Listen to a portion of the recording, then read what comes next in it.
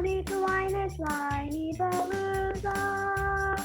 Have some wine and join us on the Whiny Palooza podcast with Rebecca Green. Welcome to the Whiny Palooza podcast. I'm your host, Rebecca Green. I'm a wife, mother of three, and licensed clinical social worker. I also have 3 fur babies at home too. My passion has always been to help children and their families. I always dreamed of being a wife and a mother. Parents are always learning through their struggles, failures, and successes and joys. I am no stranger to this wild ride of parenting, and I know behind every great parent lies a team of supportive friends and family. I want to be part of your support system. I want you to know that you are not alone. We are in this parenting world together.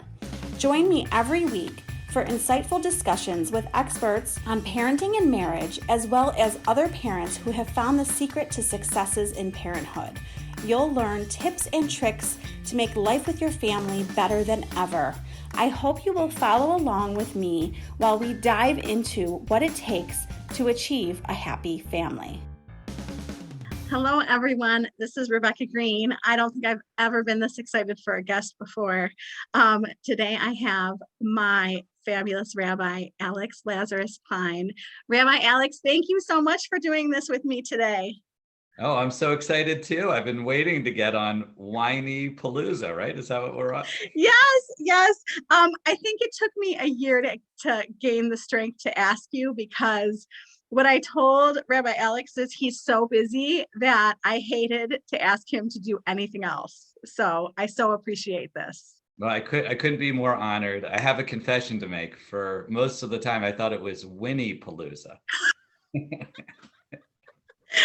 our children are whiny, so it's whiny. It's a whining party. It's Whiny Palooza, and I have to tell you, it's given me such humor through all the whining with my kids. Yeah, no, I love it. Once I got it. It's just when I first looked at the word, I thought, well, is it Winnie Palooza? Then Shir said, no, it's whiny. That's hysterical. I love it. Well, I'm going to tell you a little bit about Rabbi Alex. He came to Buffalo in the fall of 2008 to serve as the rabbi of Temple Sinai, now called Congregation Shir Shalom. He brings warmth, creativity, and compassion to the role of synagogue rabbi, and so much more, by the way. I'm going to add so much more than that. A trained chaplain and gifted teacher, he is actively engaged in all aspects of communal life, from helping people with their everyday struggles to intricate details of synagogue governance. I cannot believe the extent of what this job entails for the fabulous Rabbi Alex. A 2004 graduate of the Reconstructionist Rabbinical College, he also holds master's and bachelor degrees from the Jewish Theological Seminary, as well as a bachelor's degree from Columbia University, which I didn't know. Holy moly. Before coming to Buffalo, he served as rabbi of Temple B'nai Abraham in Bordenton, New Jersey, and directed the Community Partnership Program for the Jewish Federation of Greater Philadelphia. He does not want me to read it, but the list of boards that this man has served on, I am blown away. I had no idea. And the ones that he currently, you said you are always on like 4 boards at once. Is that what you told me? Yes, that's my obligation. It is amazing. I'm impressed. He currently resides in Amherst with his beautiful wife and 3 fabulous children. And I am honored that I get to know Rabbi Alex, his wonderful wife, and his 3 kids. I am so happy that you joined Congregation Shir Shalom. It has been amazing to have you. He has been integral in my life in so many ways that we will talk about. And I don't think he realizes how much he touches people. I hope you know that, and you know how much you touch families' lives. That I don't know if so much to me, Rebecca. Thank you. It's sweet. I mean, I think I just try to do the best I can every day and try to, the world can be so difficult. So if I can make someone's life easier, that's what I try to do. Oh my gosh. Well, you are 100% succeeding. And I really personally want to know what inspired you to become a rabbi. Sure. Actually, for a long time, I ran away from being a rabbi. I mean, this is my childhood. It was actually in my high school yearbook. the editor of it, Ami Eden, he wrote we have a small school, it's a small Jewish school in Philadelphia. And he wrote in our future career, he wrote rabbi for me. And I said, no, he's crazy. And then I ended up doing, not having any idea what I wanted to do. And I was teaching in Orlando, and I was not the best teacher. I was at a Jewish day school. I was telling my son Boaz this morning that, I didn't really have a handle on the discipline thing. So I was kind of struggling like you are sometimes, some of us in their early 20s, trying to figure out who they are, what they want to do. And it happened that there was a teacher in my afternoon religious school that I was teaching that went on maternity leave. And she put me in charge of leading the youth service. And I actually liked it. And at the same time, we were starting a Jewish middle school there. And I had to present to the parents. And I realized, well, I'm kind of passionate about this. And my mom said, well, why don't you go to rabbinical school? It's in Philadelphia, where we're from. And, you can stay at home. And, it seems like where you want to go. I said, I don't know. And I walked into the Reconstructionist Rabbinical College after coming back that June.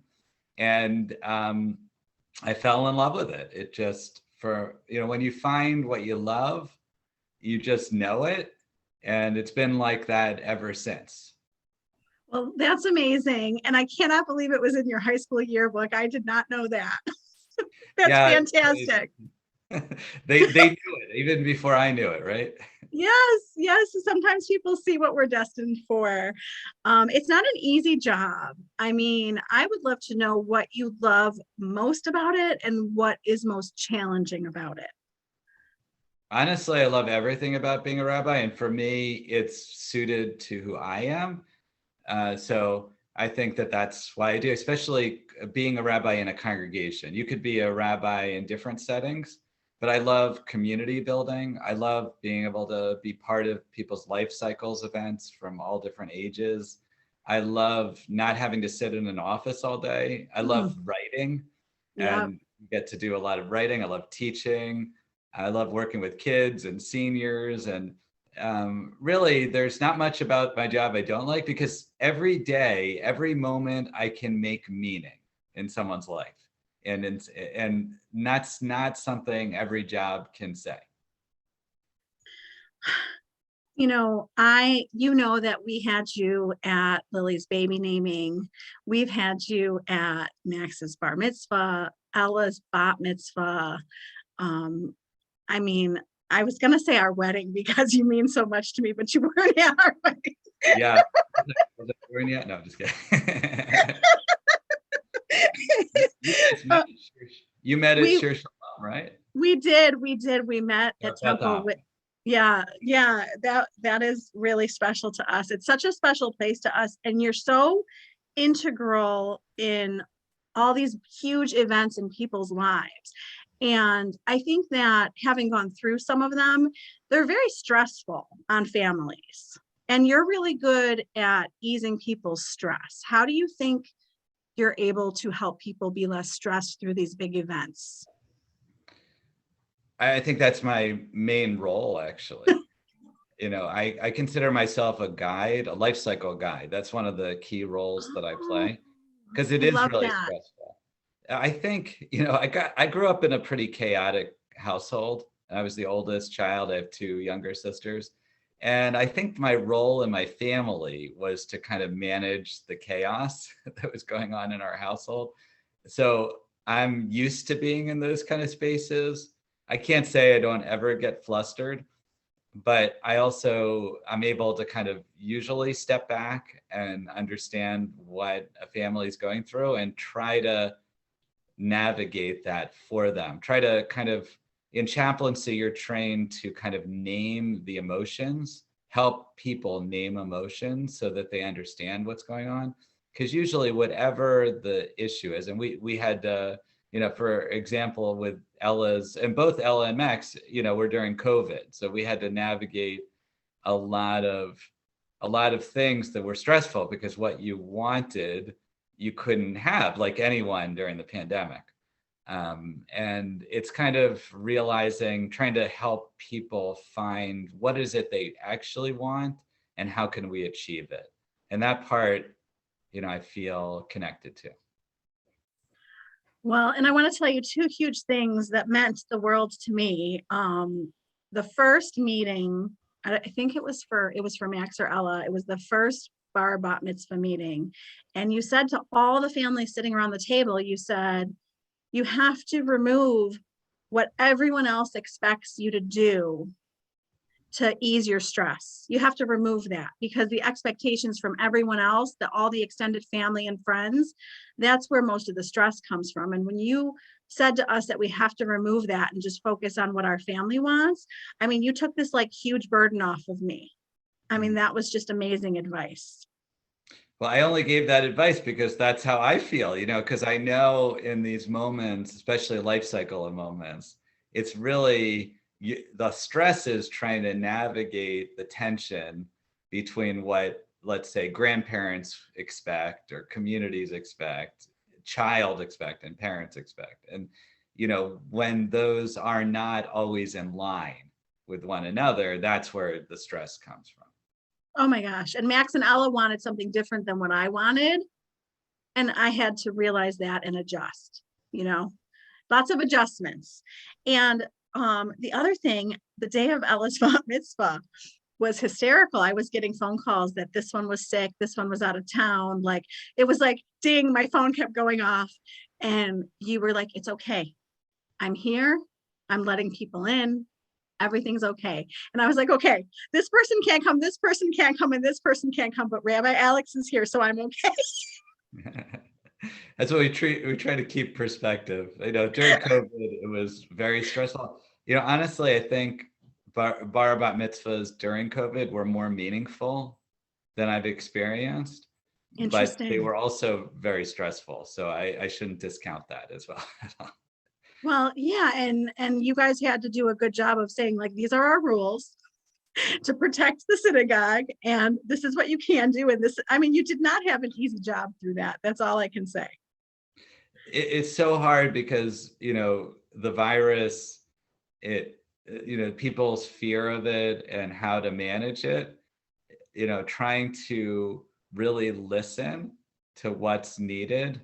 And, trying to do, I think what we tried to do as a synagogue community is to do everything that we could when we could, to put limitations, but if we could do something, we would do it. And that was kind of our attitude. Absolutely. You're all very appreciated by so many of us. Yes, so there's lots of mothers listening. I think it's mostly mothers who listen. So, there's lots of stuff that you counsel people through, marriage and grief. Can we talk about like the marriage counseling for a minute and what you think has been helpful to couples, like what you have said, what kind of advice you give for couples to help them get through marital challenges? Well, it's interesting, actually. I don't get contacted by a lot of couples. Really? I will. It's only actually come up a handful of times. And I think being in a relationship is hard, especially lifetime relationships. And, my role when a couple comes is not necessarily to tell them what to do or what they could do better, is to really hear as an outsider, to try to hear what the tension is, help to identify it, and to try to find solutions. And, especially in relationships, it could be so heightened that, people's emotions, because it's so deep and there's so much going on. I do think, my role, I could be more used in that way. I think that couples don't get the support in general from society. Some people have very strong support systems, but some people have nothing.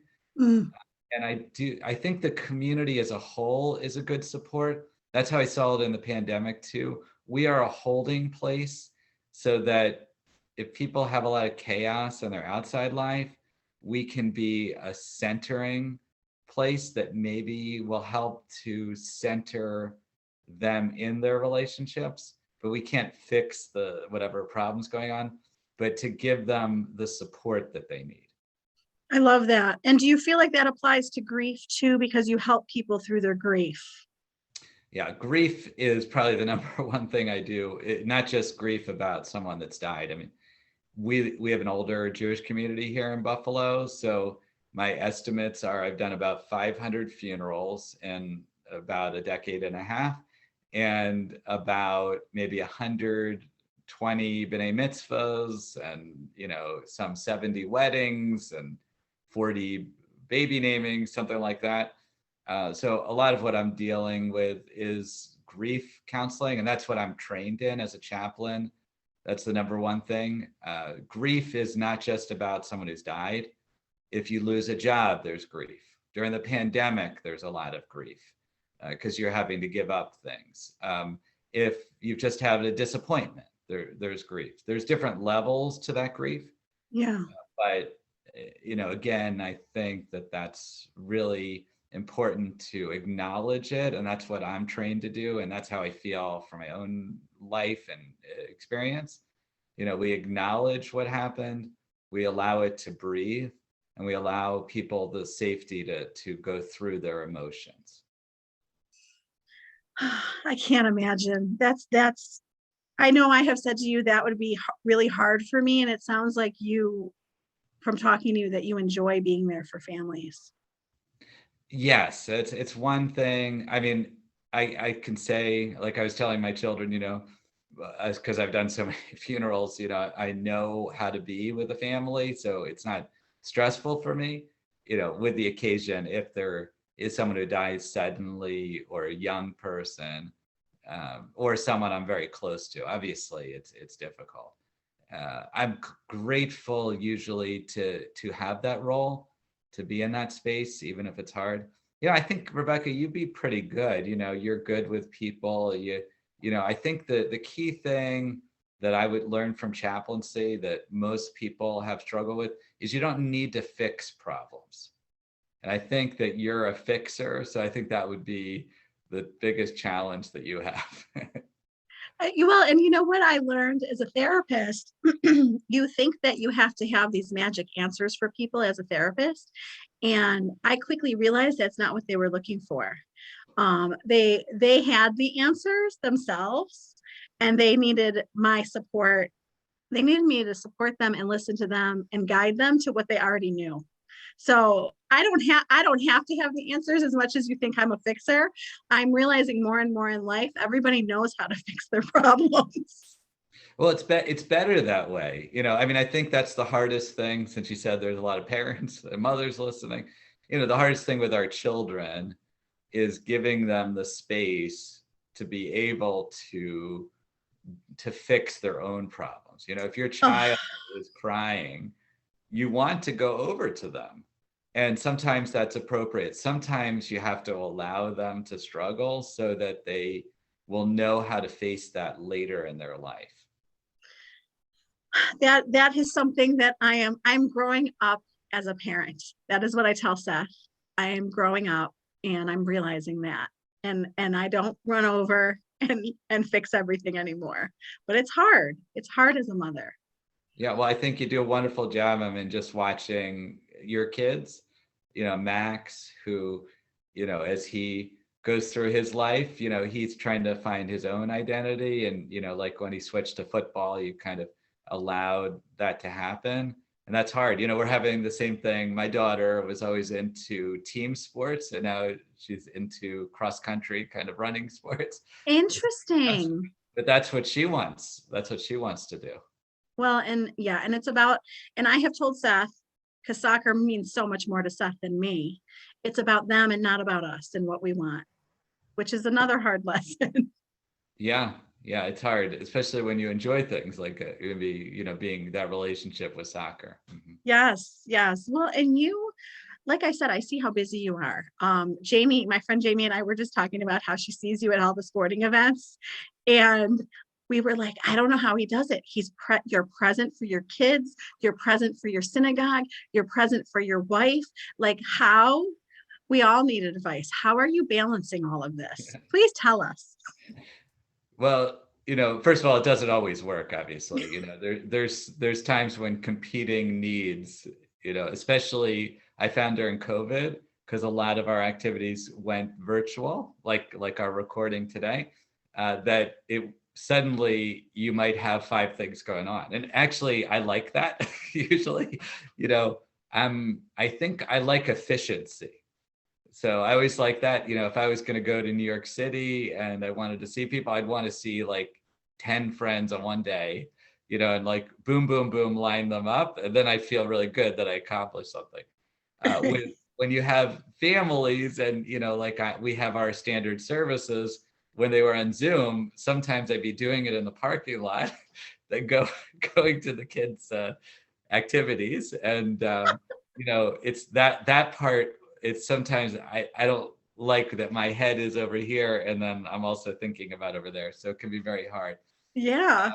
Honestly, I think the central advice for myself, and I don't always follow it, is just to always pay attention to what's most important.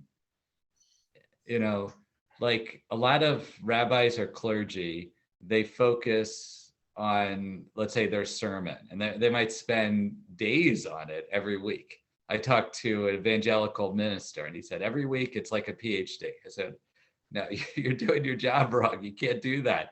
Because if you're spending that much time doing that, then you're not doing the other things that you really need to do. And I think it's kind of finding the balance, trusting that it's okay if you're not always prepared. Sometimes that's okay, and that's a good lesson for everyone else. Your role is not to be a superhuman. That's not your job. Is to be a human. Oh, that is like the best advice. I hope everybody heard what you just said. That is the best advice ever. I think we need to be super women, super mothers, super women, super people. We do. Yeah, moms feel that so much. I know that from Ashira, my wife. I feel like the expectations on motherhood today. They've done studies. Like when we were growing up, or let's say our grandparents, they barely raised the kids. The kids just wandered. And when I was growing up, that's how it was. My mom just let us out in the city, and we found our friends, and we come back at the end of the day. The way that we have to manage everything all the time and the responsibility, the parenting plus working, a lot of working mothers out there, working couples, that it's just it's the stresses when you can't do everything. And I think it's like this expectation that's the hardest thing. Some ways our kids will survive without us. It's like they will figure things out, and you kind of want that, and it's not all our responsibility to do that. Yeah. No, I mean, my mother is like, you do too much. I mean, she didn't do half the things that I do. And she's like, why are you doing so much? And that's really good advice. Do less. Less is more, right? Less is more. Well, and I'm curious, I'm going to Judaism, and then I'm going to your books. I would love to know this might be too hard, but what does Judaism mean to you? Well, it's something that's been a process for me over my life. I said, when they said you're going to be a rabbi, I thought, that's the craziest thing in the world. I think what I feel about my faith, or about Judaism, is this is an incredible gift of thousands of years of learning that has been passed down to me. And I don't feel being a liberal rabbi, in other words, not feeling, what the word of the Torah is exactly from God, but it's a people's endeavor, that I have to listen to everything, but to have the wisdom of all those times that people went through, and to be able to relay the stories that were written so long before I was born, and to create new meaning for them. I mean, that is incredibly meaningful. I think every religious tradition has a history. Judaism in particular really you feel the thousands of years, which really goes back to the early days of writing, reading, and you have all of human civilization. I think it's really important also, I try to remind myself, is that I'm not just me. I'm a composite of everyone that came before me, just like my kids will be a composite. When I go out in the world, I'm carrying all the wisdom that was learned over those, hundreds, thousands of lives that led to who I am. And I only need to pass the baton from me to the next generation. I don't have to, run the whole race. I'm just a baton runner. And that's good. Sometimes in America in particular, we feel like our personal identity, there's so much weight to it, but we're just part of a process. And I think that's really important. Well, that was a really good answer. I was really wondering what you were going to say to that question. And, I hate to say this. I hate to even bring it up. Unfortunately, there's still hate in the world, which you and I both know. My children have experienced some stuff, and I'm just wondering what advice you have for myself and everyone listening. How can we contribute to less divisiveness and more like kindness and acceptance? And any advice on that? Well, I think just going out and being a good person, that's probably the best thing that you could do. Yeah. We lead by example. It's not by words. And that's good advice for parenting too. So often we want to try to explain things, but our kids pick up much more from our behaviors than anything else. Oh my gosh, is that so true? So true. I know. Well, I love that. And we definitely try to do that. And I really want to talk about your books. Can we jump into your books? I read Going Above and Beyond. Seth scolded me last night. He read over my questions and he goes, "No, there isn't one book. There's two books. So you need to tell me, because I only know about one book." Oh, well, I actually published 5 books last. What? Okay. Okay. So, with self-publishing, it's really, my mind is always active and creative, and I need like an outlet for it. So over the years, I have many ideas and many interests. For example, poetry.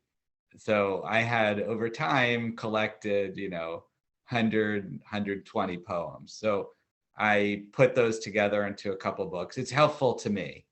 I care about what I wrote about and it's meaningful to me, but others I think respond to it as well. And just to have it in a book form is very helpful. And then I also write a lot of children's stories. I love telling stories to kids, and I learn it's my way of kind of communicating Jewish values or human values. So when I think of a story, I'll tell it and I'll retell it and retell it. I wanted to put that together into a book, so I did that as well. And then Seth was amazingly helpful in believing in my project and helping to get probably my most personal book, which is the Going Above and Beyond. It's very personal, a little scary that way. I read it for a second time, and it's really inspiring. Going Above and Beyond. I shouldn't have the thing on. This is from Seth. Going Above and Beyond. Here's the book if you're watching. I'll give you a natural copy if you want. This is from Seth. I've read it twice, and it's just really inspiring. It just inspires you to do better, to do more. I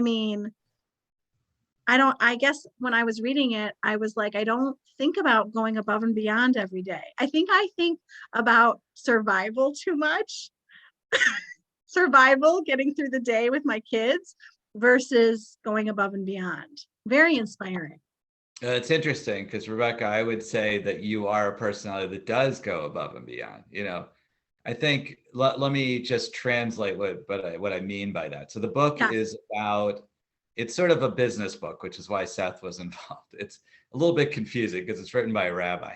But the basic idea is that if we only base our metrics, how we think about our success on whether we have exceeded expectations of those that we're serving, then we will win.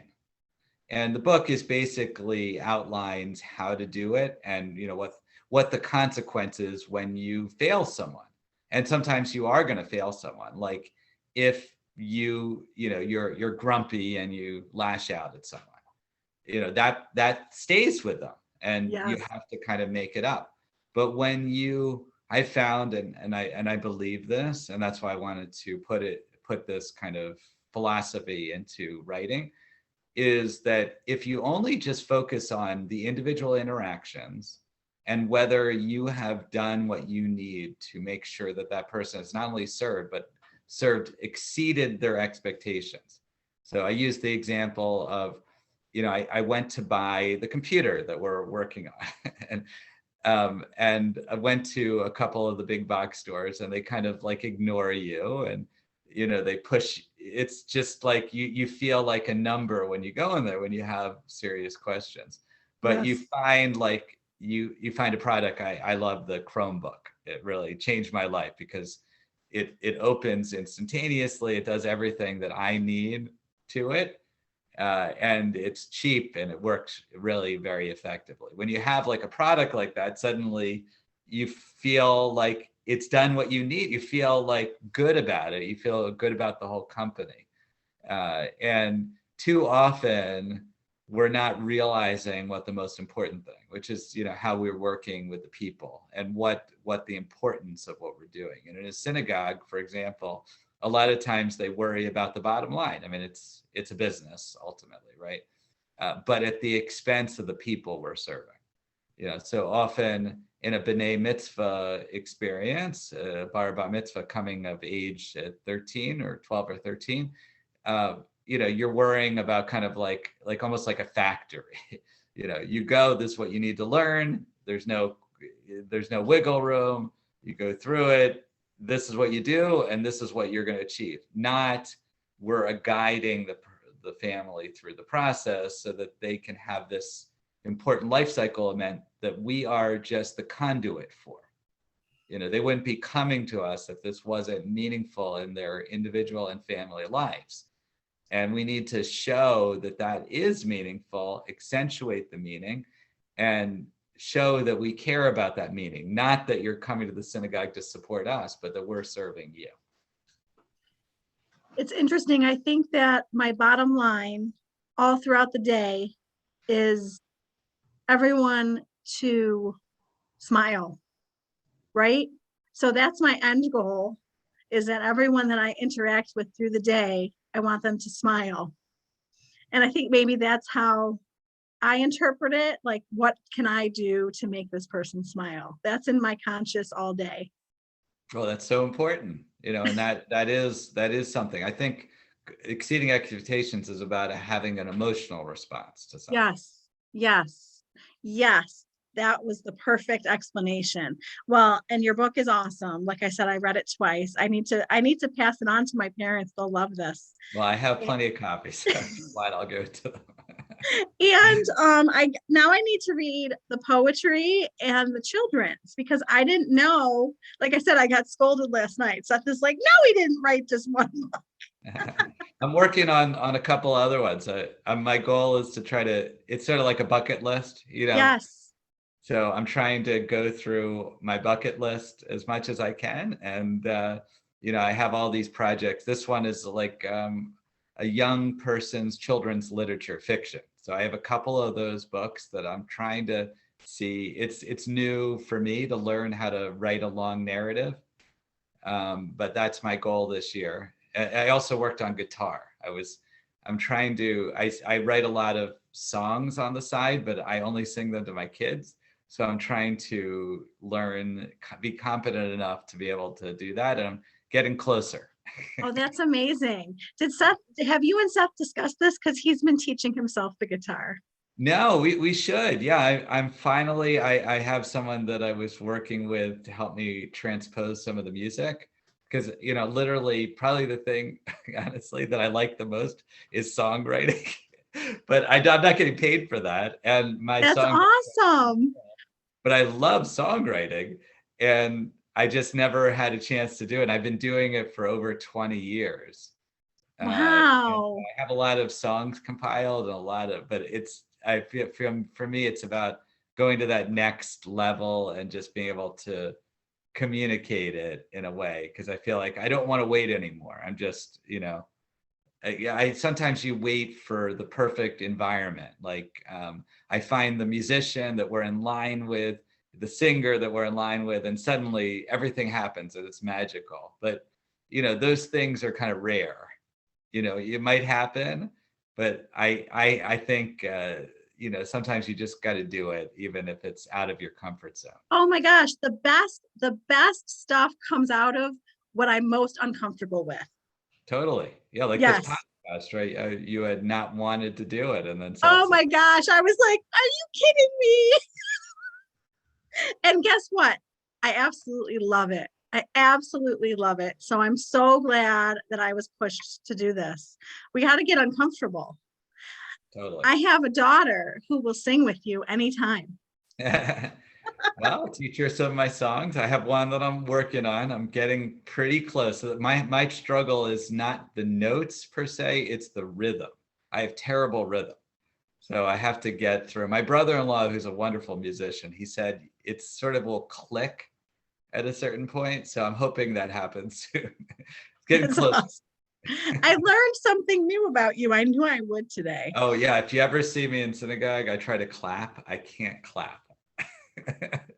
I actually, in my program in undergraduate, we had to take a music appreciation course, and the person taught us how to clap, and that was the hardest thing I ever had to do.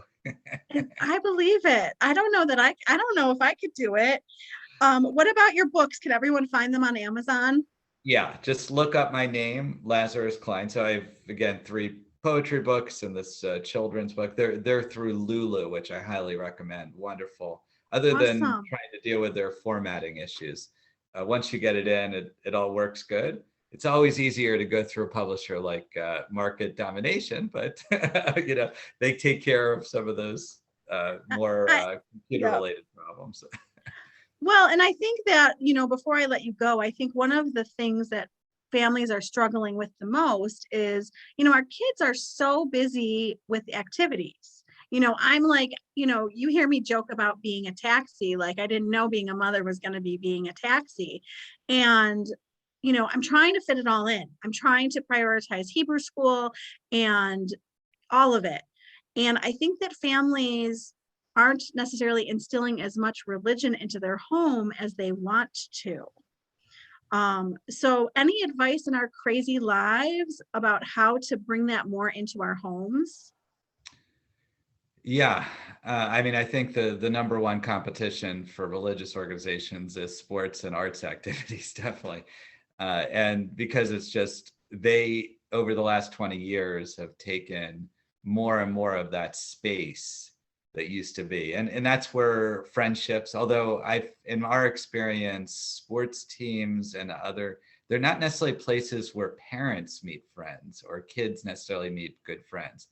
I think religious activities in whatever community you're attached to are really important because they're multi-generational in a way that these other kids' activities aren't.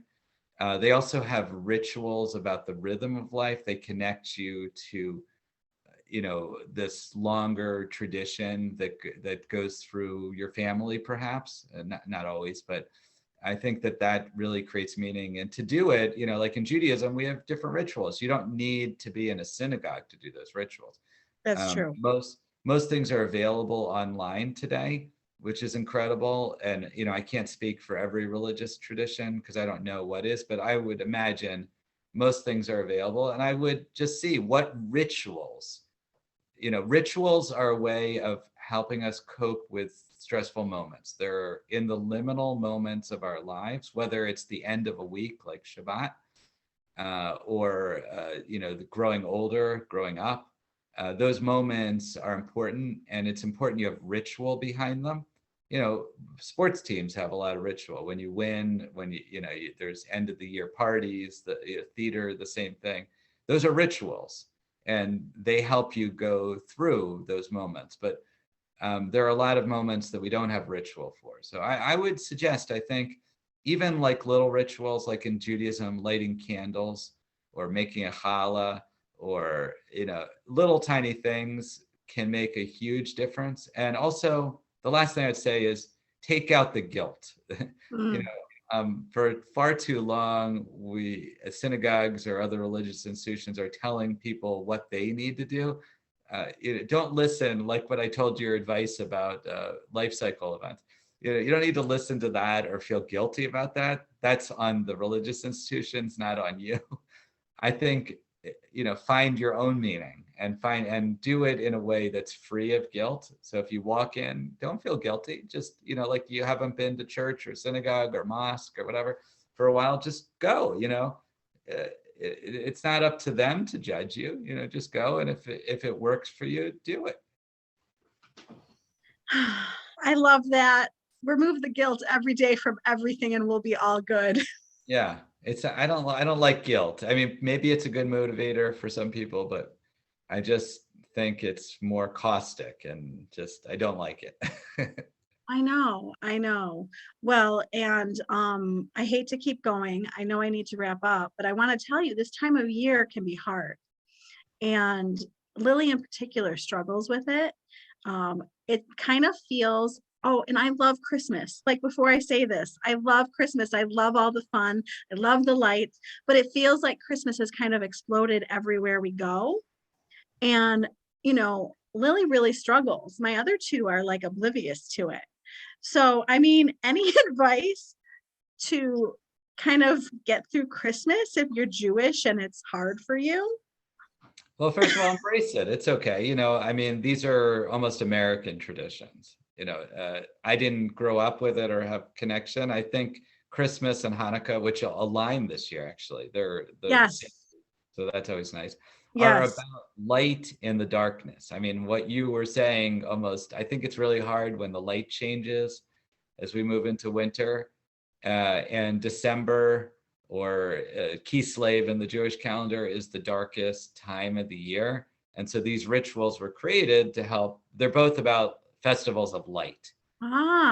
So, I think it's kind of embracing it. Don't be embarrassed about it. In our Jewish community, we have all different traditions. And, I think, a Christmas tree is inherently religious, by the way. I think, it's really, again, creating the space that works for you and being unapologetic. I don't think you need to apologize for what you're doing if it has meaning to you. It probably has meaning to others as well, unless it's hurting someone. That's different. Yes. Oh my gosh. Well, you know that I made I could ask Rabbi Alex questions all day, but I have to let him get back to his stuff and I have to get my daughters. It's up to you. I know your kid has a half a day. My kids, oh my goodness. So Ella's like, do you know that I have a half day? I'm like, no. Yeah, it's crazy they do it because my son in elementary school has 2 half days one. It's teacher conferences. Yes. But it's like, why are they doing it right after Thanksgiving week? It's so confusing. I know. Well, they canceled ours because of the snowstorm, so this is a rescheduled day. Okay. So like I said, I could keep going all day, but is there anything else that you think is super important to share before I let you go? Well, first of all, Rebecca, I value you. I'm so glad to be in your space, in your synagogue here. So sweet, my synagogue. And, I'm always here, and, any of your friends that need anything, let me know. I'm, again, guilt-free, compassionate. That's what I think we need. It's just the world is so hard. And I think as the holidays upcome for so many, look out for each other. It's a happy time, but it's also the time where it can be very stressful and lonely for a lot of people. So I think pay attention to where you are. Feel free to reach out to me or others in your own support network. And, it's important to know that we're human beings together. We don't need to be superhuman, just human. I'm going to remember that for the rest of, I'm going to at least hold on to it today. And maybe I need Post-its around the house. I love how you qualified it. I won't remember it, so don't worry. I have to, it's one of those things I have to remember every day. It's just one of those conscious things I need to work on. But you mean the world to my family. We all love you so much. You have You are just so special and so special to so many. I don't think that he realizes how special he is. So I want to tell him. And I want to thank you so much for doing this with me today. A pleasure. Looking forward to our next conversation. Yes, this is Rebecca Green, reminding everyone to spend every day laughing, learning, and loving. Thank you for tuning in to the Whiny Palooza podcast. If you like what you heard, please be sure to subscribe so you never miss an episode. While you are there, leave a review. I love to hear your feedback. Thank you so much for listening. Until next time. This show has been produced by Market Domination, LLC. To discover how you can have your own show completely done for you and turn it into a real published book and become the authority in your marketplace, go to www.marketdominationllc.com/podcast offer.